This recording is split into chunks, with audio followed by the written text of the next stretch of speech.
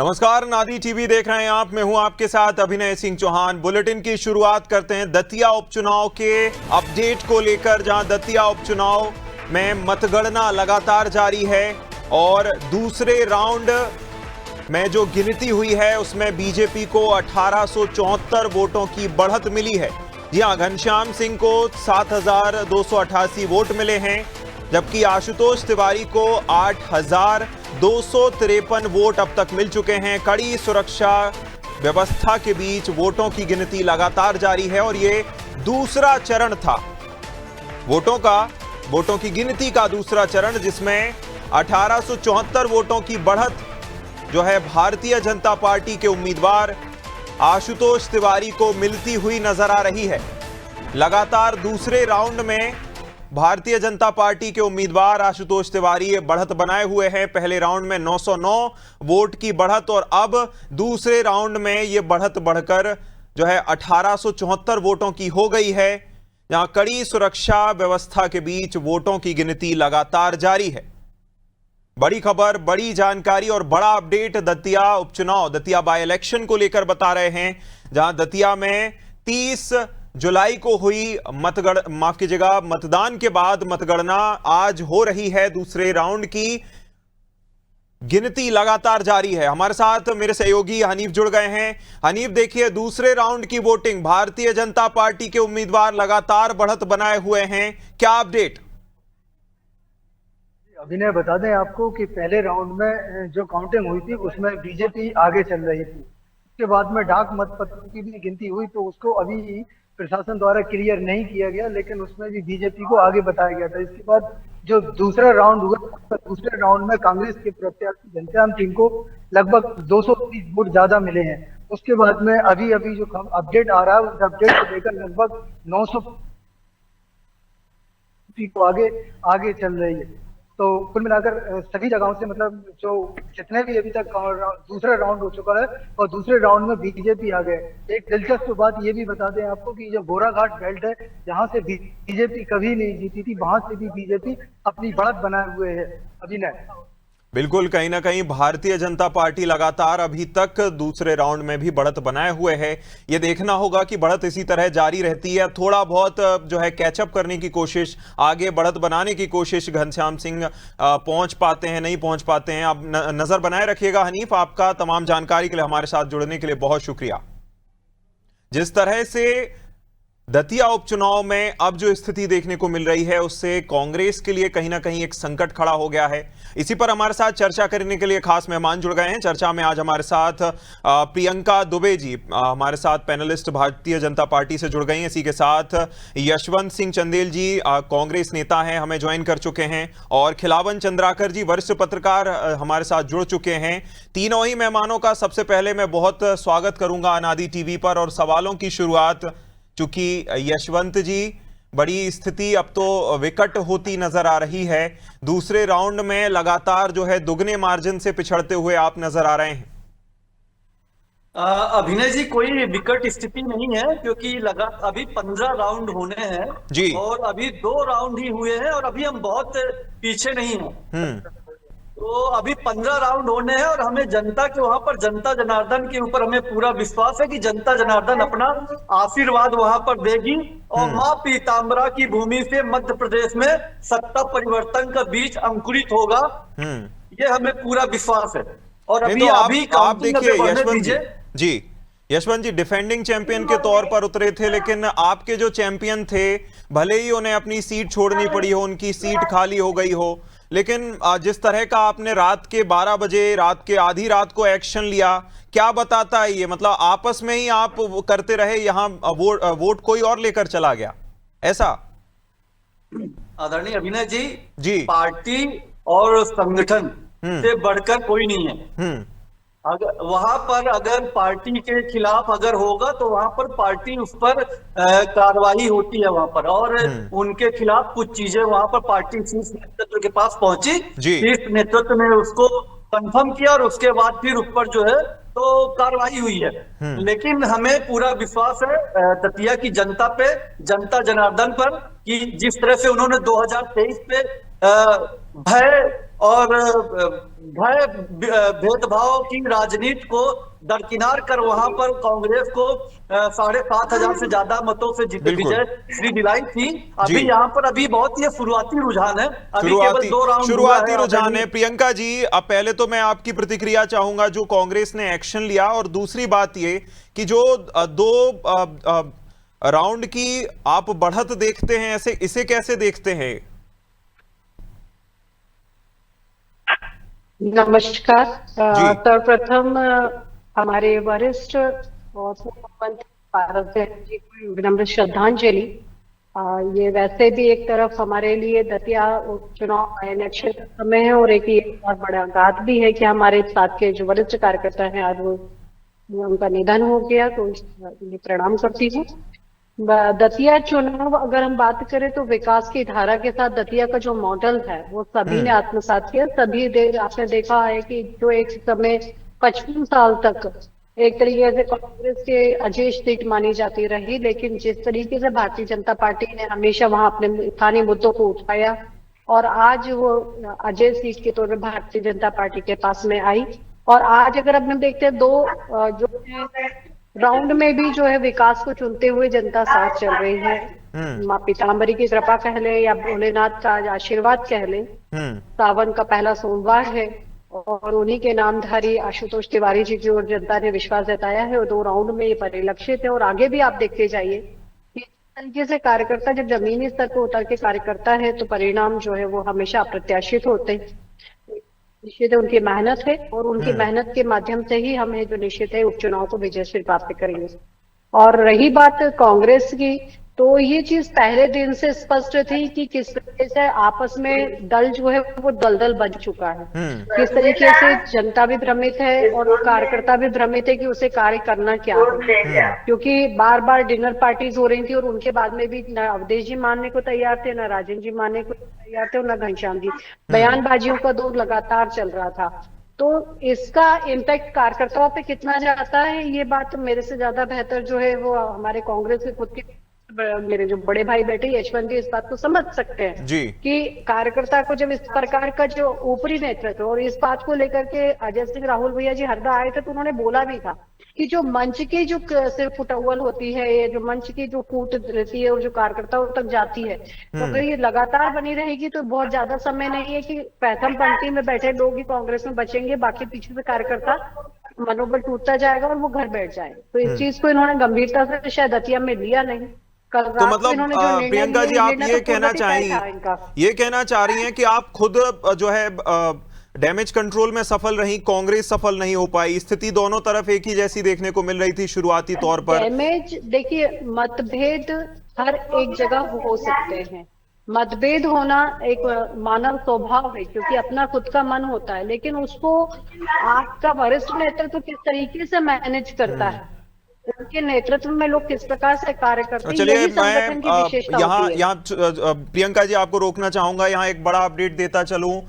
बड़ा अपडेट आया, तीसरे राउंड में बीजेपी को फिर से बढ़त मिली है, जहां देखिए कड़ी सुरक्षा के बीच वोटों की गिनती लगातार जारी है और लगातार तीसरे राउंड में भी भारतीय जनता पार्टी जो है बढ़त बनाए हुए है। लगभग 300-400 वोटों की जो है बढ़त फिर से देखने को मिली है और दो राउंड की जो गिनती है वो पूरी तरह से पूरी हो गई है। खिलावन जी जल्दी से आपका रुख कर लेता हूं। 2 चीजें, पहली तो जो कांग्रेस और भाजपा में शुरुआती तौर पर हमें देखने को मिला वो स्थिति, रात में जो कार्रवाई कांग्रेस ने अपने जो है पूर्व विधायक पर की। दूसरी बात, वोटर टर्नआउट हमने कम देखा था और अब जो बढ़त हमें भाजपा की तरफ से देखने को मिल रही है, ये सभी आप आंकड़ों को कैसे जो है प्ले आउट होते देखते हैं? अभिनव जी, कांग्रेस ने जो कार्रवाई की अपने पूर्व प्रत्याशी या पूर्व विधायक के ऊपर, इसका चुनाव परिणाम पे अब कोई फर्क नहीं पड़ने वाला, अंतर नहीं पड़ने वाला जी। यदि पहले वोटिंग के पहले यदि कुछ इस तरह की कार्रवाई होती तो उसको अपन गणना में मान सकते थे कि इस तरह से वोट प्रभावित हुए, लेकिन अब क्योंकि मतगणना हो रही है इसलिए कोई अंतर नहीं आएगा उसमें। रही सवाल मतगणना की, तो 3 राउंड तो मतगणना की मूल जो है 3 राउंड खत्म हो चुकी है, साथ में 1 राउंड अपन उसको भी मान ले जो पोस्टल बैलेट का की गणना होती है उसको भी मान ले तो 4 राउंड हो चुकी है। और पहले पोस्टल बैलेट में तो भाजपा कुछ मतों से आगे थी, 10, 15, 20 मतों से। उसके बाद पहला राउंड हुआ। पहला राउंड में 1185 वोटों से भाजपा प्रत्याशी आगे निकल गए। दूसरे राउंड की गिनती हुई, इसमें 219-20 वोटों से कांग्रेस को बढ़त मिली। अब फिर तीसरे राउंड में भी जो है कांग्रेस को ही बढ़त मिली है जी। अर्थात अब कुल मिला के जो बढ़त है वो लगभग 650 मतों की हो चुकी है बीजेपी की। बीजेपी कुल मिलाकर के अभी भी आगे है। और लेकिन मुझे लगता है कि जिस तरह से दामोदर यादव को मत पड़ रहे हैं, तीसरा फैक्टर बहुत प्रभावी हो रहा है वहां। पहले राउंड में ही दामोदर को 2100 कुछ मत मिले थे, अर्थात भाजपा से लगभग आधे मत मिले थे। लेकिन फाइट तो है। हम जैसे मान रहे थे कि दामोदर यादव कुछ नहीं कर पाएंगे, लेकिन ऐसा नहीं है। दामोदर यादव ने बहुत कुछ किया है और जो अभी तक के जो राउंड है उसमें जो है लगभग 6000 मत उसको मिल चुके हैं। तो कुल मिलाकर के वो भी एक बड़ा फैक्टर है जो प्रभावित कर सकता है जी। आमतौर पर खिलावन जी देखा जाता है कि बाय इलेक्शन में इस तरह के ज्यादातर सत्ता जिसके हाथ में होती है उस दल को ज्यादा फायदा मिलता है, क्योंकि लोग ये सोचते हैं कि देखिए सरकार में भी ये हैं तो हमें हमारे क्षेत्र को इसका फायदा मिल सकता है। लेकिन जिस तरह की दोनों ही खेमों में हमने स्थितियां देखने को हमें मिली थी, सड़कों पर भाजपा कार्यकर्ता उतर चुके थे, इस्तीफे की झड़ी लग चुकी थी और जिसके बाद फिर एकदम से भाजपा डैमेज कंट्रोल के लिए उतरती है। और आपने जैसा कहा कि दामोदर यादव का जो फैक्टर था वो कितना कारगर साबित होगा, और अगर उन्होंने वोट काटे हैं, चूंकि हम ये मानकर चलते हैं कि अगर वो जीत हार नहीं करवा सकते तो वोट तो कम से कम उन्होंने काटे हैं, ये किसके लिए फायदा किसके लिए नुकसान? देखिए, मैं शुरुआत से बात करता हूं जी। जैसे कि अभिनय जी आपने कहा कि कौन के लिए फायदेमंद हो सकता है ये तो बाद में मैं बात करूंगा। पहले बात करूंगा कि आपने बताया कि सत्ता पक्ष के साथ ही उपचुनाव का परिणाम जो है सामने आता है। लेकिन हाँ, बिल्कुल ठीक कहा आपने, 90% इस तरह का होता है। यहाँ तो न सिर्फ मध्य प्रदेश में सत्ता है बल्कि केंद्र में भी सत्ता है जी। 2 इंजन की सरकार चल रही है, तो 2 इंजन की सरकार का ज्यादा प्रभाव और पड़ता है। इसलिए सत्ता पक्ष का उम्मीदवार ज्यादा प्रभावी और ज्यादा जीत की संभावनाओं से भरा हुआ होता है। लेकिन यहाँ जो परिस्थितियां थी, आपने देखा होगा कि नरोत्तम मिश्रा के टिकट कटने के बाद किस तरह से भाजपा कार्यकर्ताओं में असंतोष उभरा जी। और 2-3 दिन तक वो असंतोष लगातार जारी रहा। बाद में नरोत्तम मिश्रा का मान मनोबल के बाद खुद नरोत्तम मिश्रा सामने आए और उन्होंने कोशिश की कि आशुतोष तिवारी को उनका समर्थन मिले, उनके कार्यकर्ताओं का समर्थन मिले। भाजपा के कार्यकर्ता जो रूठे हुए थे वो मुख्य धारा में आकर के भाजपा प्रत्याशी के लिए काम करे जी। ऐसी, लेकिन समय समय पर उनके द्वारा जिस तरह से आंसू बहा गए, जिस तरह से यह कहा गया कि मैं भूलता नहीं, मैं नरोत्तम मिश्रा हूं, मुझे याद रहता है सब कुछ, इस तरह की बातें होने लगी। तो कुल मिलाकर के मुझे लगता है अंत तक भाजपा कार्यकर्ताओं में जो जमीनी कार्यकर्ता है, जो नरोत्तम मिश्रा के बहुत कट्टर समर्थक थे, वो जो है खुद को भाजपा प्रत्याशी के प्रति समर्पित होकर चुनाव कार्य करवाने में सक्षम नहीं दिख पाए। मुझे लगता है यही कारण है कि जो कांग्रेस बहुत कमजोर दिख रही थी, वो कांग्रेस धीरे धीरे अपना स्थिति सुधारने लगी। जबकि कांग्रेस में भी ऐसा नहीं था, कांग्रेस में भी बहुत भीतरघात की संभावनाएं थी, हुई भी, और उसका परिणाम कल शाम को आपने देखने को मिला कि राजन भारती को पार्टी से अलग कर दिया गया, पृथक कर दिया गया। तो निश्चित रूप से वहां भी भीतरघात हुआ है। अभी बीजेपी में हुए भीतरघात के बारे में अभी तक कोई खुलासा नहीं हुआ है, लेकिन संभावना व्यक्त की जा सकती है। देखिए, नरोत्तम मिश्रा के पास एक तरफ कुआं, दूसरा तरफ खाई की स्थिति थी। यदि भाजपा के प्रत्याशी किसी कारण से अभी चुनाव जीत जाते हैं तो पार्टी को ये लगेगा कि हमने नरोत्तम मिश्रा का टिकट काट के बहुत बेहतर किया, अच्छा किया, और आने वाले दिनों में नरोत्तम मिश्रा का जो राजनीतिक पुनर्भाव या राजनीतिक सक्रियता उसमें कमी कर दी जाएगी। और यदि हार भी जाते हैं भाजपा के प्रत्याशी आशुतोष तिवारी, तो ठीकरा जो है पूरी तरह से नरोत्तम मिश्रा और उनके समर्थक कार्यकर्ताओं के सिर फोड़ा जाएगा। उसमें भी नरोत्तम मिश्रा को मुख्य धारा से अलग किया जा सकता है। कहीं ना कहीं नुकसान उनका होता हुआ तो नजर आता ही है। मैं दिख रहा है, बिल्कुल दिख रहा है स्पष्ट। जी यशवंत जी, मैं आपके पास आऊंगा। देखिए अभी खिलावन जी ने कहा कि शुरुआत में असंतोष दिखा था, लेकिन भाजपा ने कैचअप करने की उसको बहुत कोशिश की और काफी हद तक अब जो तीसरे राउंड के मत सामने आ रहे हैं उसमें नजर भी आता है। लेकिन कांग्रेस कहां पीछे रह गई? क्योंकि देखिए आपकी जीती हुई सीट थी, आपको ही डिस्क्वालीफाई कर दिया गया या फिर आपकी सीट खाली हुई, तो सीट बचाने में जो एक आपके पक्ष में जो पूरा का पूरा एक लहर चल सकती थी वो कहां चूक गए? क्योंकि जिस तरह के राजेंद्र भारती के बयान सामने आए थे, उन्होंने कहा था कि अगर मैं शब्दों को सही नहीं बोल पाऊं तो माफ कीजिएगा, लेकिन उन्होंने ऐसा कहा था कि पकी पकाई दाल थी, खाने के लिए कोई और आ गए। इस तरह के बयान क्या शोभा देते हैं? और क्या आपने जो आधी रात को कार्रवाई की, क्या आपको और पहले करनी चाहिए थी या आप सेफ खेलना चाहते थे? यशवंत जी, कमी कहां रह गई? आदरणीय अभिनव जी, अभी जैसे आदरणीय खिलावन जी ने कहा कि पहले राउंड में भाजपा को करीब 900 से 909 वोटों की करीब बढ़त मिली थी, लेकिन दूसरे और तीसरे राउंड में शायद कांग्रेस ने कुछ बढ़त बनाई है दूसरे तीसरे राउंड में। बिल्कुल। तो अगर ये ऐसा है आदरणीय अभिनव जी, तो इसका मतलब है कि हम अपने फॉर्म में आ रहे हैं। अभी आप गिनती बढ़ने तो पीछे, अभी तो ये केवल अभी 3 राउंड हुए हैं, तो और दूसरा और तीसरा राउंड हमने जीता है और आगे के राउंड में हम आगे बढ़ रहे हैं। और माँ पीताम्बरा का आशीर्वाद और भगवान भोलेनाथ का, आज सावन का पहला सोमवार है और भगवान भोलेनाथ की कृपा हमारे ऊपर पूरी तरह से अभिनव जी। और रही बात आदरणीय प्रियंका जी ने कहा कि इनका संगठन और ये इनके संगठन के बारे में तो हम लोगों ने उसी टाइम पे देख लिया था कैसा सिर्फ उठौल मचा हुआ था।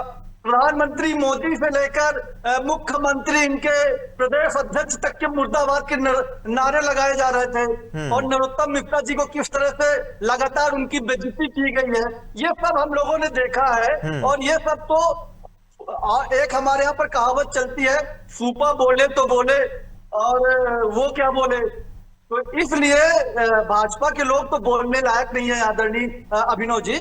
हमने बहुत अच्छी तरह से वहां पर चुनाव लड़ा है, पूरा संगठित हमारा संगठन वहां पर लगातार काम करता रहा। और ये मैं नहीं कह रहा, यहाँ पर जो आपके जो स्वतंत्र जर्नलिस्ट हैं जो वहां पर फील्ड में गए हैं, उन्होंने भी कहा है कि कांग्रेस ने बहुत तगड़े से और बहुत मजबूती से चुनाव लड़ा है वहां पर कांग्रेस ने। हमने लगातार सेक्टरों में काम किया है, लगातार बूथ लेवल पर काम किया है और लगातार पूरे विधानसभा को सेक्टरों में डिवाइड करके हमारे विधायक और हमारे आदरणीय जीतू पटवारी जी, उमंग सिंह जी, दिग्विजय सिंह जी, पूरा हमारा जो शीर्ष नेतृत्व है, इन सब ने काम किया है वहां पर। और अभी आप देखिए और ये कहा जाता है जैसा की राउंड में भी जीतने वाले हैं जी। और अभिनव जी इनसे ये बता दीजिएगा इनको बाकी पूर्व भी ये हार रहे हैं जो राष्ट्रीय अध्यक्ष। ठीक है यशवंत जी, मैं आपके पास लौटूंगा। प्रियंका जी, सवाल के साथ आऊंगा। खिलावन जी ने कहा कि शुरुआत में भले ही कांग्रेस थोड़ी कमजोर नजर आ रही थी, लेकिन जिस तरह की चीजें प्ले आउट हुई, क्योंकि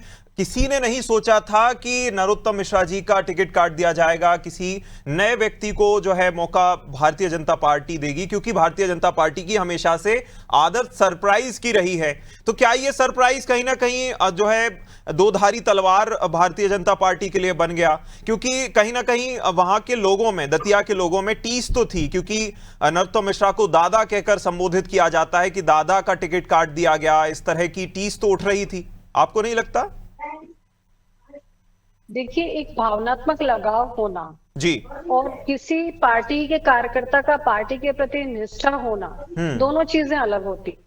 देखिए, जो लोग लगातार कार्य करते रहे हैं तो निश्चित है कि दादा के प्रति उनका सम्मान हो। जब दादा ने ही ये बात मंच पर से कही कि मैं अपने छोटे भाई को विजय दिलवाऊंगा और एक एक गांव तक जाऊंगा और हर एक चौखट पे जाऊंगा, तो निश्चित है कि कार्यकर्ता उनकी आवाज में अपनी आवाज भी मिलाएंगे।